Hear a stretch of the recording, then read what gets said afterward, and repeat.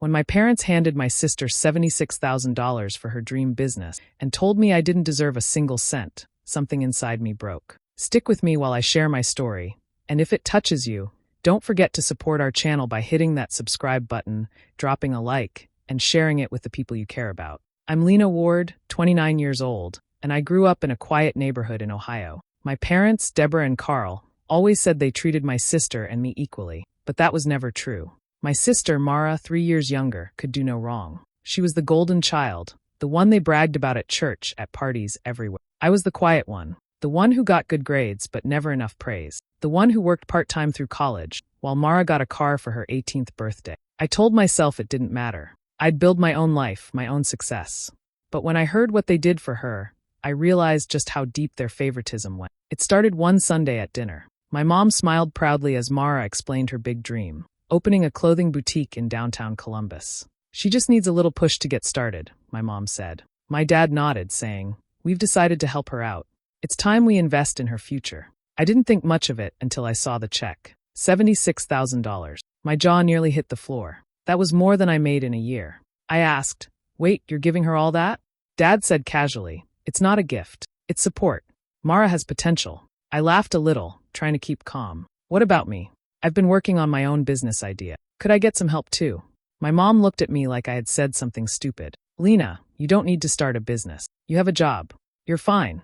"But I have student loans," I said softly. "I just need a little help getting ahead." My dad didn't even look at me. "You don't deserve any help, Lena. You've always been independent, maybe too much for your own good." That word, deserve, stuck in my head like a thorn. I smiled weakly, pretending it didn't bother me. But inside, I felt small. Less than. I helped with bills when my dad was between jobs. I drove Mara to college tours when my parents were busy. I was always there for everyone, yet they looked at me like I was some burden they were tired of carrying. Later that night, I sat in my car in the driveway, staring at the porch light glowing through the curtains. I could hear my parents laughing with Mara inside. I thought about all the times I told myself it wasn't favoritism, that maybe I was imagining it. But this was proof. I didn't cry.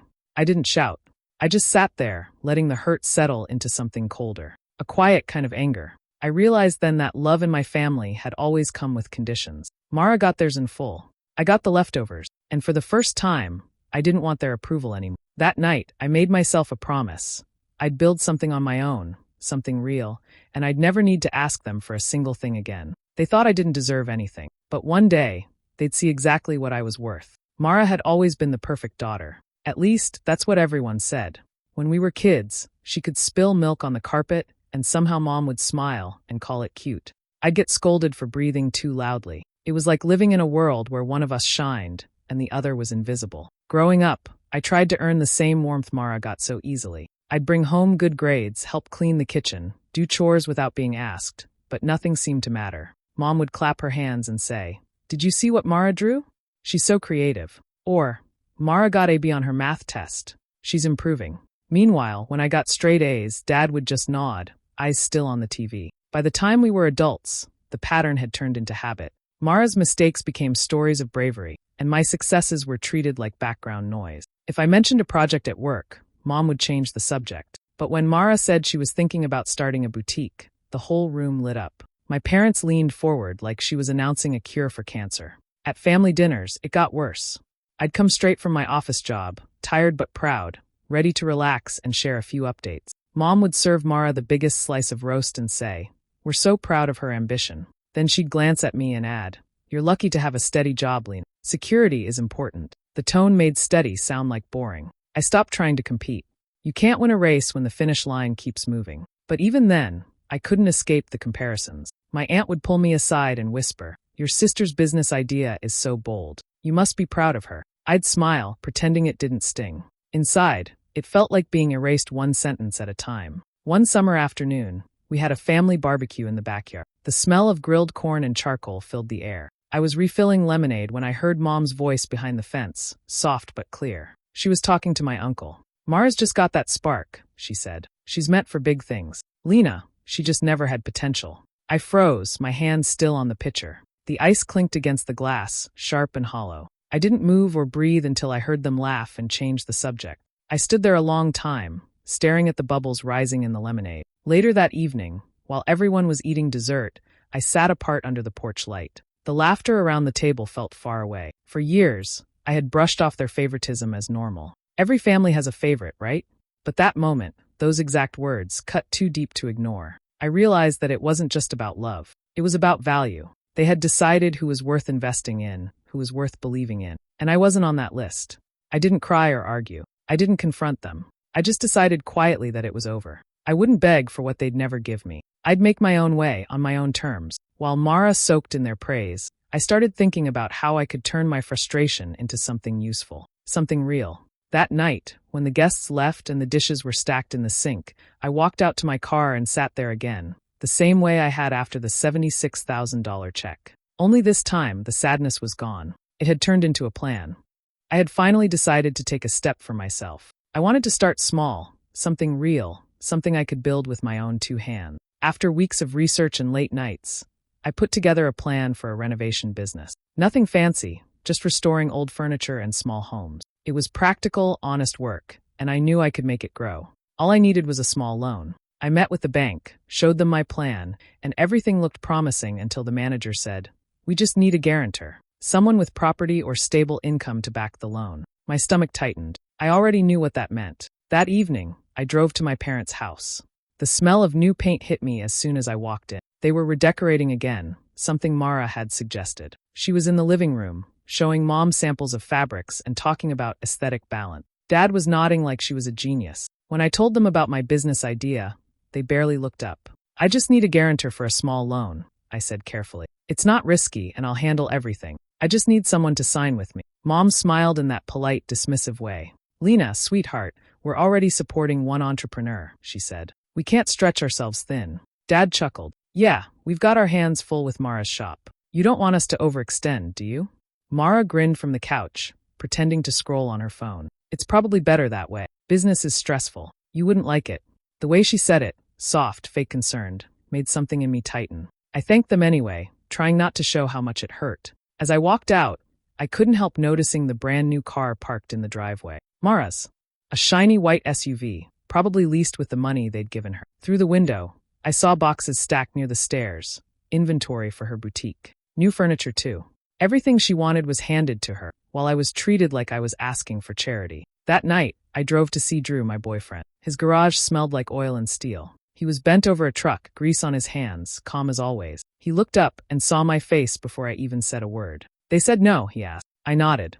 "They laughed, actually. Said they're already supporting one entrepreneur." He wiped his hands on a rag and leaned against the hood. "Then stop begging them," he said quietly. "You don't need their permission. You've got ideas, you've got drive. Build something they'll regret overlooking." I stared at him, the words sinking in. He wasn't angry for me, just sure.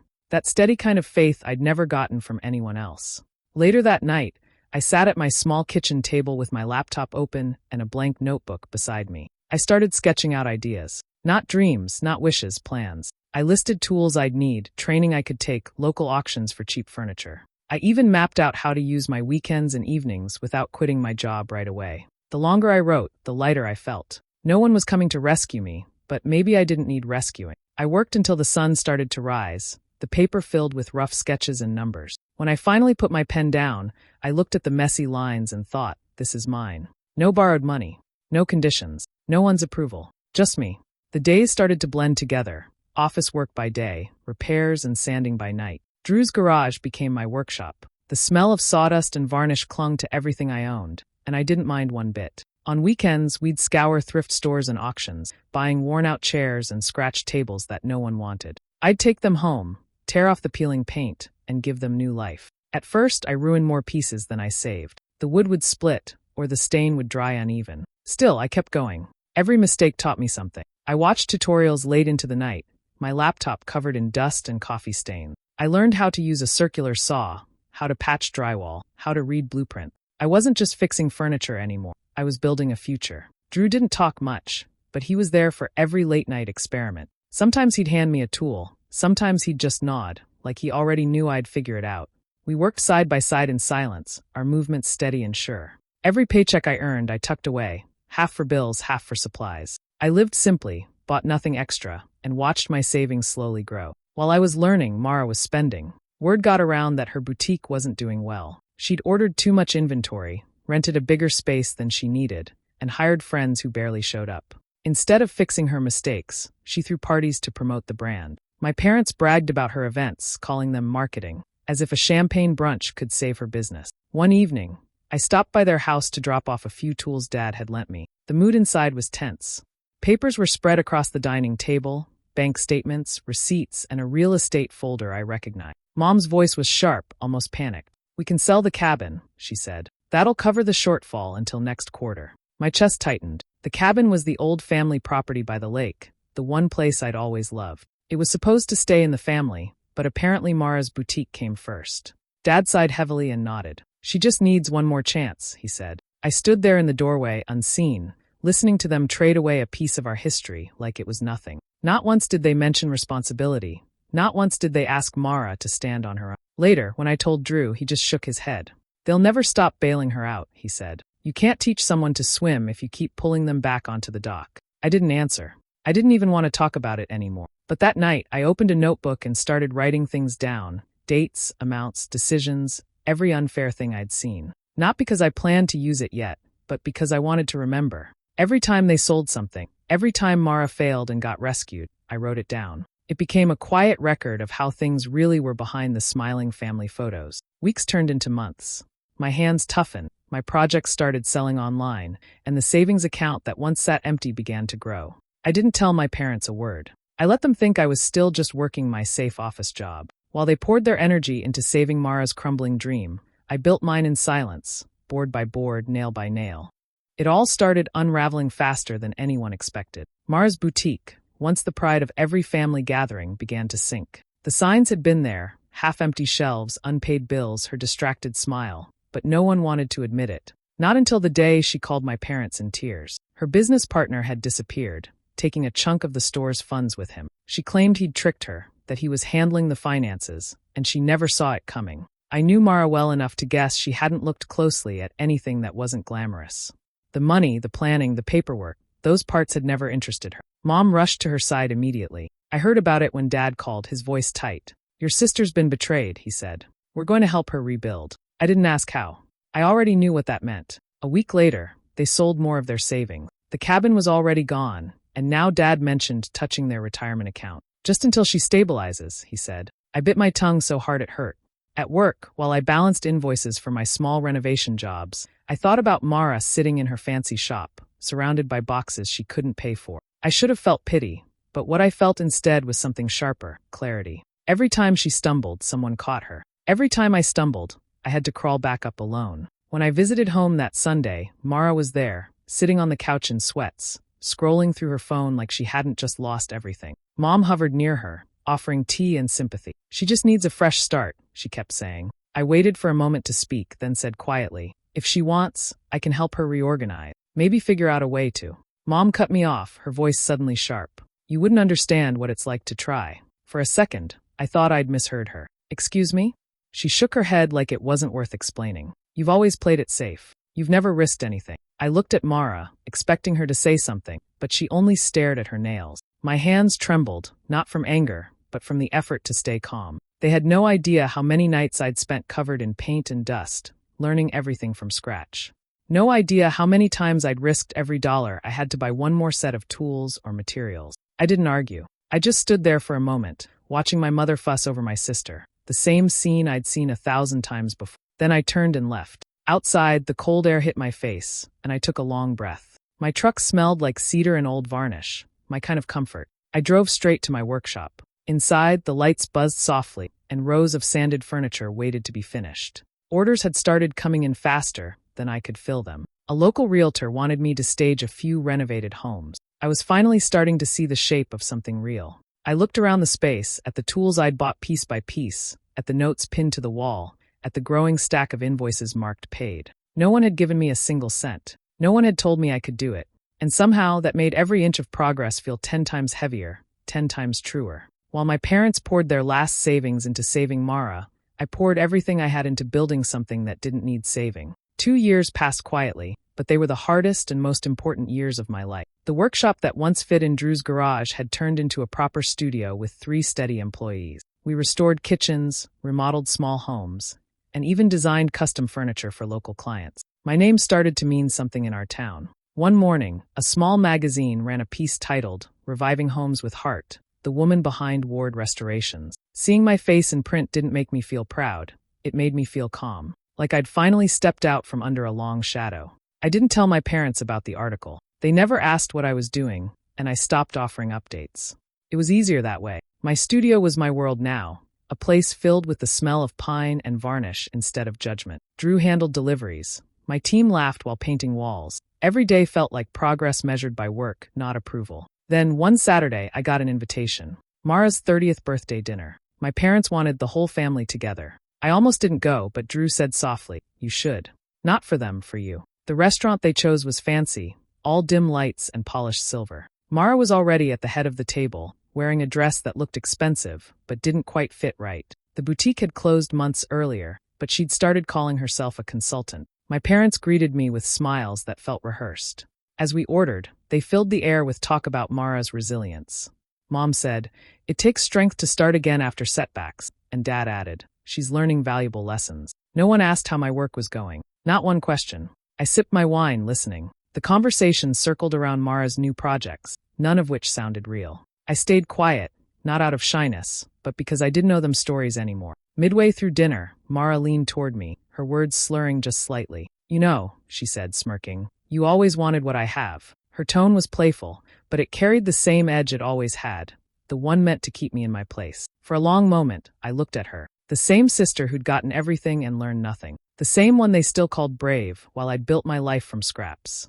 I set my glass down and said calmly, "I already built what you begged for." The table went still. Even the waiter froze for a second before walking away. Mara blinked, her smile fading. Dad cleared his throat, and Mom stared at her plate. I didn't say another word. I didn't need to. For the first time, the silence worked in my favor. It filled the space like truth finally landing where it belonged. The rest of the meal dragged on in awkward quiet. My parents tried to change the subject, but the energy had shifted. Mara kept her eyes down, playing with the stem of her glass. I focused on my plate, eating slowly, feeling the weight of years start to lift off my shoulders. When it was over, I stood up, thanked them, and left early. Outside, the night air was cool, and the city lights shimmered across the windows. Drew was waiting in the car, engine running. He didn't ask how it went. He just looked at me and smiled. That night, as I lay awake, I realized something had changed. The anger that used to sit heavy in my chest was gone. What replaced it was sharper, quieter, something deliberate. Not rage, not bitterness. Just purpose. The seed that had been buried for years had finally started to grow. The call came on a Tuesday morning while I was sanding a cabinet door. The number was unfamiliar, but I answered anyway. A calm, confident voice introduced himself as Elliot Reeves, a local investor who'd seen my work in the magazine months ago. He said he admired the craftsmanship, the growth, the way I'd built something from the ground up. Then he got straight to the point. "I'd like to buy into your company," he said. "I think Ward Restorations could expand, bigger clients, wider reach. I want to help you do it right." I stood there, covered in sawdust, the phone pressed to my ear, hardly breathing. His offer wasn't small. The amount he named would wipe out my debts, secure my future, and give me freedom I'd only dreamed of. For the first time in my life, the security I used to chase wasn't just possible, it was within reach.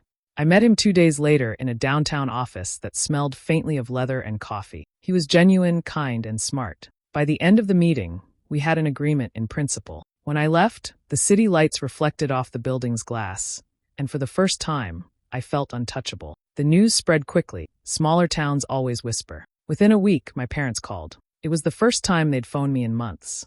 My mother's voice was cheerful, too cheerful. "We heard about your big opportunity," she said. "Your father and I are so proud." Then came the familiar pivot. "You know, your sister's been having a rough time lately. Maybe you could bring her into your business somehow. She could handle the design side. It might help her get back on her feet." I almost laughed, but I kept my tone even. "That's a good idea," I said softly. "Why don't you both come by the office next week? We can talk about it." They sounded thrilled, thinking the golden daughter was about to be rescued again. I hung up, staring at the phone, feeling something sharp but strangely calm rising inside me. The following days, I prepared the office. It wasn't huge, but it was mine, polished floors, clean light, the scent of pine and paint lingering in the air. My employees didn't know the full story, but they sensed the importance of the visit. "Family meeting," I told them with a smile. When the day arrived, my parents walked in looking around with polite wonder, as if stepping into a stranger's world. Mara followed behind them, sunglasses on indoors, her tone sugary. "This is cute," she said, glancing around. smaller than I expected. I smiled. It's just the beginning. I showed them the workspace, the display shelves, the client board on the wall, all proof of what I'd built with no help, no shortcuts. I spoke warmly, calmly, every word measured. They nodded and smiled, pretending to understand, pretending they'd been part of it somehow. When we sat down, Mom leaned forward. So, about Mara joining. I kept my voice light. Of course. I wanted to discuss that. I think it could be poetic. They didn't catch the tone, but I meant every syllable. I wasn't planning to humiliate them. That would be too easy. What I wanted was quiet justice, something they couldn't explain away with excuses. I'd let them see the world they'd overlooked, touch it, breathe it, and realize too late that it had flourished without them. As they left, Mom hugged me and said, "You've really come a long way, Lena." I smiled back, steady and sure. "I know," I said. The door closed behind them, and the silence felt sweeter than applause. The following week, I called my parents and Mara again. My voice was bright, even cheerful. I told them I'd been thinking about their suggestion, that I wanted to discuss a possible partnership with Mara. They were thrilled. My mother's excitement almost shook through the phone. "See," she said, "family working together. It's what we always wanted." I set the meeting for Friday evening in the main conference room of my office. The glass walls glowed warm under the late sunlight, and I laid out coffee, pastries, and a slideshow ready on the big screen. I told my team to leave early. This wasn't business, it was closure. When they arrived, Mara looked bored already. My parents seemed proud, as if this was their victory too. I greeted them warmly, gesturing toward the seats near the screen. "I wanted to walk you through the company's journey," I began, "just so you can see what we've built before talking about future plans." I clicked the remote, and the first slide appeared, a photo of the old garage where it all started. The smell of varnish and oil had been my perfume back then. I told them about the nights I spent fixing furniture until my hands bled, the weekends learning from scratch, the jobs that barely paid enough to cover rent. I kept my tone calm, steady, no anger, no pleading. Just facts. I showed photos of finished projects, happy clients, our growing team. Each image carried the story of work done quietly, without praise. My mother smiled stiffly. My father shifted in his seat. Mara scrolled on her phone until I said her name aloud. "You inspired all of this," I told her. "Watching you chase your dreams made me realize I needed to build mine." That got her attention. She sat up straighter, smirking. "So you do want me involved," she said. "Not exactly," I replied. "I just wanted to share what came from being told no." The next slide showed the new investor's logo. I explained how the partnership had already been finalized earlier that week, how the company now had multiple contracts lined up across the state. "It's official," I said. "Ward Restorations is expanding." For a moment, no one spoke. My father leaned forward, his brow furrowed. "You already signed the deal?" "Yes," I said. "It's done." My mother's lips parted, but no words came out. She looked from me to Mara, then back, trying to make sense of it. "How much?" she began. "Enough that I'll never have to take another loan," I said quietly. "Enough to make sure I never rely on anyone again." Mara's expression changed fast, from disbelief to anger. "You didn't even tell us," she snapped. "You made us come here for this?" I looked at her without flinching. "You wanted a partnership," I said. "Consider this my presentation." Her chair scraped against the floor as she stood up. "You think you're better than us now?" I met her glare evenly. "No. I think I finally became who I was supposed to be." She stormed out, heels clicking across the hallway like small, furious echoes. My parents sat frozen. My mother's eyes glistened, but she didn't speak. My father looked like a man who had lost something he didn't realize he valued until it was gone. I closed the laptop and folded my hands on the table. "I never needed your $76,000, I said quietly. "I needed you to believe in me. But now I believe in myself." No one answered. The air felt heavy, like truth had filled every corner of the room. I stood, smoothing my jacket. "Thank you for coming," I said. "I know your time is valuable." They left without another word. The door shut behind them, and for the first time, the silence didn't sting. It felt like peace. It was 2 days after the meeting when Mara showed up unannounced. The sound of her car tires screeching into the parking lot pulled me away from the workbench. I wiped my hands on a rag and watched through the glass door as she stormed toward the entrance, her expression tight, eyes blazing. She didn't bother to knock. The door slammed open. "You really think you're clever, don't you?" she snapped. "That whole presentation, what was that supposed to be? Some kind of revenge show?" I set the rag down, keeping my voice even. "You came all this way to ask that?" "You humiliated me," she said, stepping closer. "You waited until I failed, then paraded your little success story in front of everyone. You've always been jealous, Lena. Admit it." Her words hit the air like sparks, desperate and hollow. I didn't argue. I just looked at her, really looked. The same sister who once glowed under every spotlight now stood there shaking, her pride cracked wide open. "You think I stole something from you?" I asked quietly. You did, she spat. You took what was supposed to be mine, Mom and Dad's trust, their support. You made them look stupid. I leaned against the work table, calm. They didn't need my help for that. Her face reddened. You always act like a victim. Poor Lena, the forgotten daughter. Well, newsflash. You're still nothing without them. You'll always be nothing. I didn't flinch. I'd been hearing those words in one form or another my entire life. But this time, I had something I'd never had before, proof. Without saying a word, I walked over to my desk drawer and pulled out a thin folder. The paper inside was yellowed at the edges, the ink faded but legible. I handed it to her. What's this? She demanded. Read it, I said. She hesitated, then unfolded the pages. Her eyes moved across the numbers, confusion turning to disbelief. It was all their bank transfers, statements, signatures. Every cent from my college savings account withdrawn years ago, redirected to cover Mara's tuition, her apartment, her car. Her lips parted, but no sound came out. This can't be right, she whispered. It's right, I said. Dad signed the authorization. Mom knew. I found the papers when I was refinancing my house. They used my future to pay for yours. She looked up at me, stunned. The arrogance that had always surrounded her slipped away, leaving something smaller, almost fragile. Why would they do that? She asked, voice thin. I shrugged lightly. Because they thought you'd make it worth it. Mara's hands trembled as she set the papers down. You kept this? All this time? I kept everything, I said. Every decision, every lie, every choice that made me less so you could be more. She stepped back like she'd been hit. You're just trying to hurt me. No, I said, steady. I'm telling you the truth. That's what you were built on, my foundation. The words hung there, not shouted, not cruel. Just real. Mara's eyes filled, but she blinked hard, refusing to let the tears fall. You could have told me sooner, she said quietly. I could have, I answered. But you wouldn't have listened. Silence filled the space between us. The air smelled faintly of cedar and paint, the only witnesses to everything left unsaid. Finally, she turned toward the door. Her voice was barely a whisper. I didn't know. I know, I said. She left without looking back. The door shut softly behind her, and the workshop went still again. I stood there, the folders still open on the table, the papers rustling faintly in the draft. It wasn't satisfaction I felt, it was clarity. Nothing dramatic, nothing loud. Just truth, finally standing where it belonged. The house glowed with soft amber light as the sun dipped behind the trees. The smell of roasted turkey, rosemary, and warm bread drifted through the open kitchen. It was the first Thanksgiving I'd ever hosted, in my own home, one I'd gutted and rebuilt board by board. Every wall, every polished surface carried my fingerprints. By 6 o'clock, the doorbell rang. When I opened it, my parents stood there holding a pie, smiles too polite to be real. Mara followed a few steps behind, her eyes low, her tone flat. Nice place, she murmured. Thanks, I said, stepping aside. Come in.